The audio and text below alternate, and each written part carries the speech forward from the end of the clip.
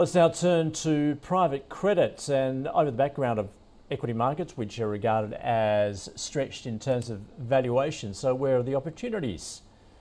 I'm Patrick William, joining us from Rixon Capital. Patrick, welcome back. Good to be here, Andrew.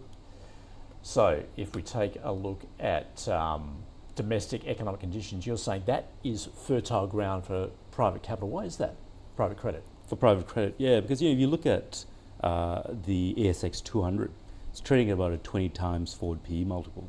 The historical long-term average is 15. So all this upside you've seen broadly in the ASX has been multiple accretion, not driven by earnings. So you don't want to have a big chunk of your portfolio there when that market reprices. All right, so with equity valuations regarded as expensive then, why is private credit regarded as perhaps, if not superior, then something you really need in terms of diversifying your portfolio? Yeah, so private credit's got a great, what I call a returns machine. So it's a contracted yield. So you put X dollars out the door and you get a return of 10, 12, 15%, whatever the number is. So you've got certainty of what your return is as an investor. But because it ranks ahead of equity, you've got that downside protection as well. And you haven't got the market volatility.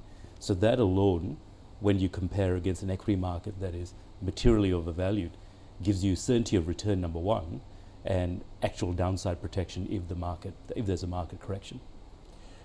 There are concerns about liquidity, also in terms of reporting and disclosure. Is that improving? Definitely. So there's still a long way to go on this journey, but the fact is investors are more and more aware, so they're asking the hard questions, so good on them.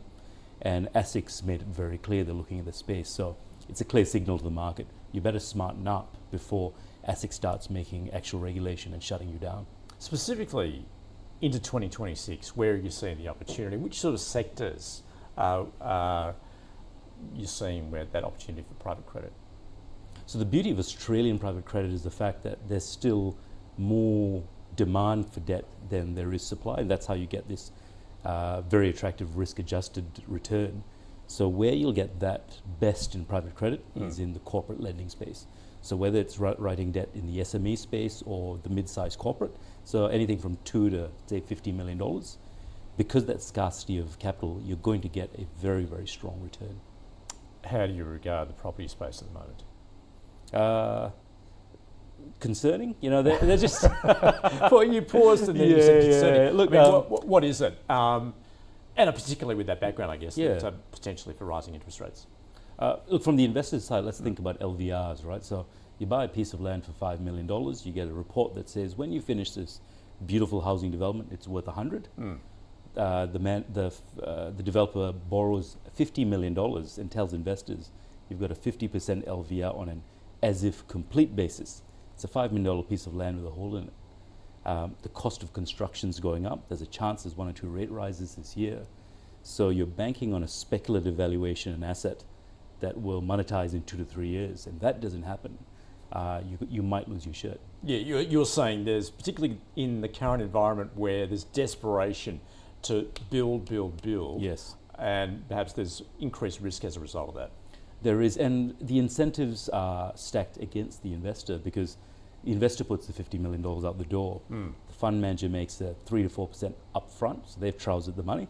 Developers got the cash, they're making a margin, the tradies are paid. So if it all works out, everyone does well. But if it doesn't, it's the investors actually holding the bag. Yeah, you're at the end of the line. So you also say it's important to look beyond headline returns. What do you mean by that? So it's risk, right? Investors are a lot more sophisticated now than they were, say, 24 months ago, but there's still the tendency to go, I'd rather the 12% return than the 10 or the 15% rather than the 8. My message to investors is always, you've got to understand that return comes with some level of risk.